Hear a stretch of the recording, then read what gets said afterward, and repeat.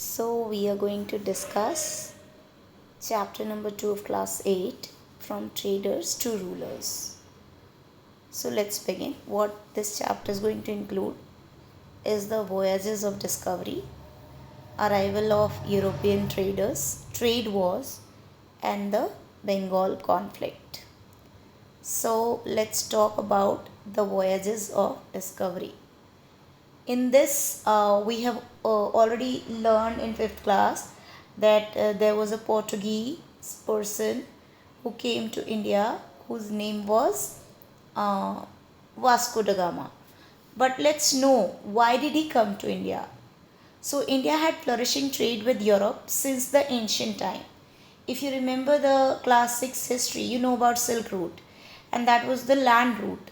So it used to connect the Asian countries to European countries. Traders used sea and land routes via the Red Sea, and Arabs dominated trade between East and West from 7th century AD. But in 1453, Constantinople fell to the Turks, who restricted the trade routes. So it happened that the Constantinople, which was a part of Roman Empire, was finished, and then the Turks, like the Ottoman Empire, controlled it, and European nations like Portugal and Spain sponsored explorers, for example Vasco da Gama, about whom I was talking right now, to find the sea routes to east, like to trade with the eastern part, which they used to do earlier with the land route and sea route also, but it was now closed by the Ottoman Empire.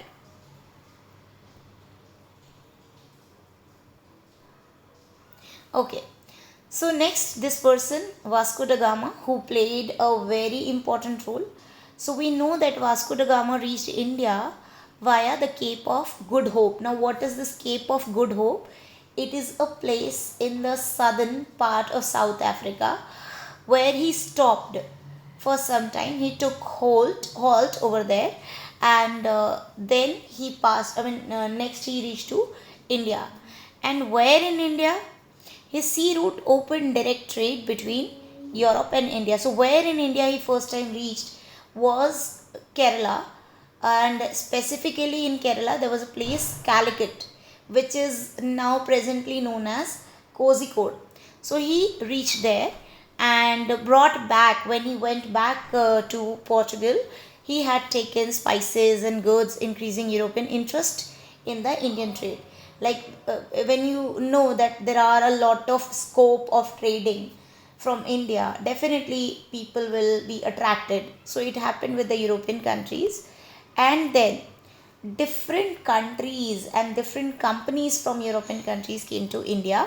So let's talk about Portuguese first, because they were the first one to come to India through that route. So first Europeans in India, they were, and established trade monopoly. So when they came at that time, no other country was aware of this route and the trade. So they were the one who had trade monopoly. Now, what is the meaning of monopoly? Monopoly means when you have the sole right to trade with some country. So they had the control over the market of India. They set up post. Post means trade post, where they used to like stop, and they used to take back the things whatever they wanted from that way.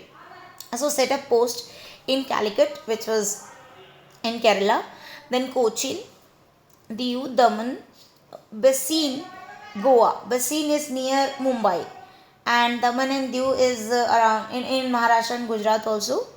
So just check it there on the map. And I always recommend, just see the map so that you get the clarity about what place we are talking. Then the other one was Dutch. Dutch people came in India with their East India Company, and yes, every European country had their own East India Company. So Dutch had also one East India Company, with which they came in 1602 to India, and they captured Portuguese trade post, set up their own centers again in Surat, which is in Gujarat, then Cochin, which is in Kochi region presently, Pulicat, Nagapattinam, you can see these things on map. Your interest will build up after you see all these places. Then Masulipattnam, then Chinsura. So Chinsura is in Bengal again. So you would develop that thing. Now the next one is British.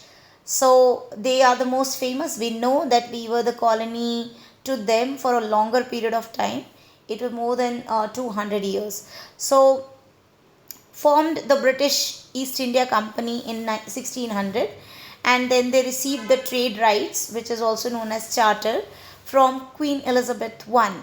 Then they established trading post at Surat, again that Gujarat, then Madras, then Bombay, then Calcutta.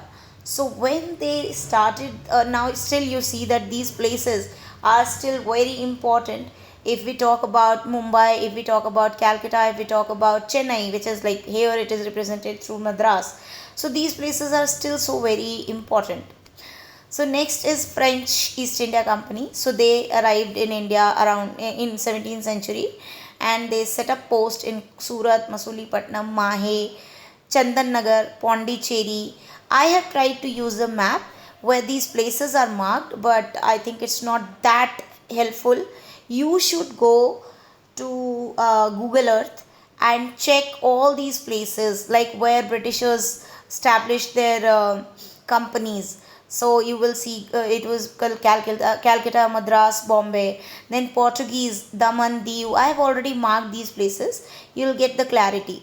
Dutch went in Pulicat and then Nagapattinam. Then French, they went to Pondicherry, which is now Puducherry. Like it is the you can say it is Union Territory, and Chandan Nagar. So these were the places where they developed their trading centers. Next we have trade wars. So when there were so many companies now in India, and they all wanted to get the benefit, the complete benefit from India, so they get involved in a kind of war situation, and then they started fighting with each other. So what did they do? So traders used arms to protect trading routes. So they started fighting with the weapons. They built fortified posts and walls. So wherever they had their company, they started making forts. Trade rivalry led to battles between European powers, and they also used to do one thing. They used to sink the ships in which they used to bring things from Europe, or they used to carry things back to Europe from India. So they started sinking those ships, they started looting those ships. So these were happening. And in 18th century, the British and French were main rivals. So till this time, every other countries went back, whether it was Danish people, whether it was Dutch people who came from the Netherlands, they and the Portuguese also. They limited themselves to Goa. So this way it all ended, but French and British became the two main rivals, and between them a big war happened, under which there were three battles. So Carnatic War it was named as, and it happened mainly in South India. So the Karnataka region, Mysore, Madras, these places, and Hyderabad also. So yes, it happened between 1746 to 1763. Next was struggle for territory. So in that battle, what happened? The French lost the battle, and Britishers gained complete control over Indian market, and they became the uh, main traders with India. Initially, Europeans only wanted the trading rights. So till here they wanted only the trading rights, but gradually they tried to control the territories, because they found that yes, we'll get more resources if we have the control over the territory, the area. British focused on puppet rulers and direct rule after seeing its benefit. So we'll see the example of this. First of all, you should understand what is the meaning of puppet rulers. Puppet rulers are basically the one you have seen the puppet shows. So there what happens, the puppets are being controlled by people or person. So the same happened here. They started putting their own people, like whom they could control. So they started making them work in the different territories of India, And when they found that yes, this is happening, so they started taking benefits from them, and they fought many battles also, about which we'll talk. So it starts from Bengal, where the British East India Company set up their first factory. And you should know, at that time, factory does not mean the present time factory, like where we see the manufacturing production things are happening. But at that time, factory means where the factors, like the officers working, and it was used as a storage also. So they first built their first factory in Bengal, in Calcutta, and that factory was near the Hooghly River. So you should see again these things on the map. You will get clarity. So Hooghly River was the place, and there they first set up their factory, and from there only the Bengal conflict started. So British traders misused their trade privileges in Bengal. So you know that in the beginning they came to India and they asked for the permission to trade with India from Jahangir and from other rulers. And when they got the rights, like the peoples like William Hawkins, like Thomas Roe, these people came to India to take permission in Jahangir's court. And when they got the rights, they started misusing it. And especially after 1707, when Aurangzeb died, they became so like they were doing their own things without any um, barrier, because the later rulers of Mughals were not that strong, so they started doing it. But as we know, when Mughal Empire was declining in 18th century, there were some independent states were created, like Bengal, Hyderabad, and Awadh. So in Bengal, which was a very big area, the present day Bangladesh was also part of it. Odisha, Bihar was also part of it. So in those areas, uh, the control was of the Nawab of Bengal. And at that time, if you know, the founder of Bengal kingdom, it was Murshid Quli Khan, and after him there was Ali Vardi Khan, and then after him, in 1756, Ali Vardi Khan died. Nawab Sirajuddaulah came into power, and he was so young, so he had a mind, and he was so enthusiastic. So he saw the people of Britain, or British East India Company, not Britain, but British East India Company, they were doing their own things, which was not liked by Sirajuddaulah. So he stopped, he tried to stop, he demolished their Fort William, which they had made as to control the area where they were doing their trade. So there were three villages, Sutinata, Govindpur, and there was one more, that was Calicut. So these places they used to control, they made fort over there, but Sirajuddaulah did not like it, so he demolished that fort. And because of that, the Britishers got angry. There were many other things also, that um, Nawab said them to give the taxes for doing trade over there. And then there were letter battle also. They were writing letters to each other, like the British East India Company was writing disrespectful letters to Sirajuddaulah, and Sirajuddaulah also captured many people, of soldiers of East India Company. So this created a kind of conflict, and from there they started uh, this like the conflict started. The Nawab Sirajuddaulah opposed British fortification without permission. British refused to stop, leading to Battle of Plassey. So that's what I explained. And Plassey is again a place in Bengal where they fought first time, like officially fight between Indian ruler and then the Britishers. So it started from there. And in this battle, uh, Robert Clive, who was at that time appointed in Madras, he was called back. He was the chief commander, so he was called there in Bengal. And from other side, Mir Jafar, who was the commander of Sirajuddaulah, he betrayed him, because Robert Clive or British East India Company gave him the greed of making him the ruler. So he betrayed Sirajuddaulah, and there were only, in Britishers there were only 3,000 men, the soldiers, but Nawab had 30,000 But Mir Jafar was the commander of Nawab, so he did not take those people, those soldiers in the battle, because of which he, Nawab Sirajuddaulah, got defeated.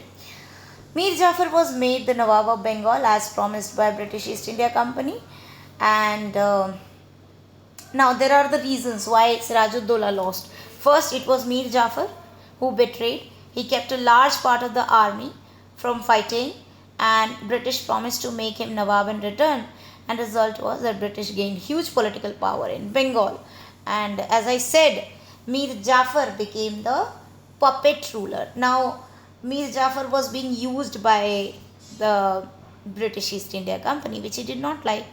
So, Mir Jafar failed to meet British demands and was replaced by Mir Qasim. Mir Qasim was son-in-law of Mir Jafar. So he became the ruler, but still he also did not like the way Britishers working were working.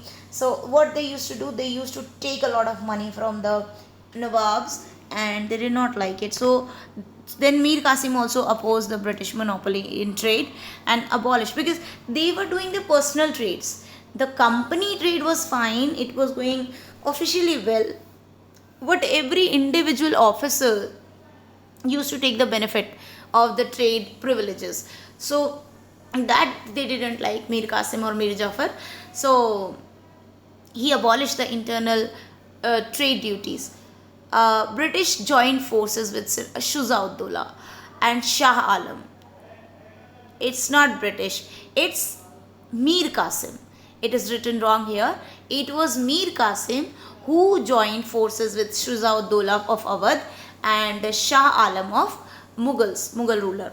So he joined hands with them, and then he came, Mir Qasim came to fight with Britishers. But this time Britishers were more ready, so they defeated them. And when they defeated them, it became a huge victory of British East India Company, because after that they again appointed Mir Jafar as the ruler of Bengal in 1764. But in 1 year, and at that time, they were like, Mir Jafar again started giving 5 lakh rupees to the British East India Company. Because in the Battle of Buxar they had a lot of loss, the British East India Company claimed. So they used to give the compensation. So they used to give it. So it happened. Now, when Mir Jafar died, then there was a treaty needed. Treaty means a kind of agreement needed. So it happened in Allahabad, because it was a part of Awadh at that time. So Allahabad, presently known as Prayagraj, there a treaty was signed in 1765, according to which Shuja-ud-Dawla and this Shah Alam too, they both got defeated along with Mir Qasim. So with them they did a treaty agreement. Shuja-ud-Dawla paid 50 lakhs as damages, gave up Kora and Allahabad. These were the places in Awadh. So Shuja-ud-Dawla gave the fine as the compensation to damages, and then 2 places, the main places, Kora and Allahabad. British promised military protection to them, to Shuja-ud-Dawla, and Shah Alam was recognized as Mughal emperor, which he was actually, but Britishers were always manipulative. So they declared him as the Mughal emperor, and he gave Diwani rights. Shah Alam gave Diwani rights to this British East India Company of Bihar, Odisha and Bengal. So this way, Diwani rights means tax collection right. So the revenue started being collected, and they got a lot of benefit. And out of that benefit, British East India Company started giving salary to Shah Alam too, who was the Mughal emperor at that time. And it was 26 lakh. So this has started happening. And this treaty, and see, 26 lakh rupees. Today also it's a huge amount. Think at that of that time. What amount was that? But it's fine. 50 lakh was also a big amount. This treaty marked the real beginning of the British political rule. From here, the major things of controlling the territory started. So we'll continue with it in the next part of this video. So stay tuned and tell me if the video was helpful. Thank you so much.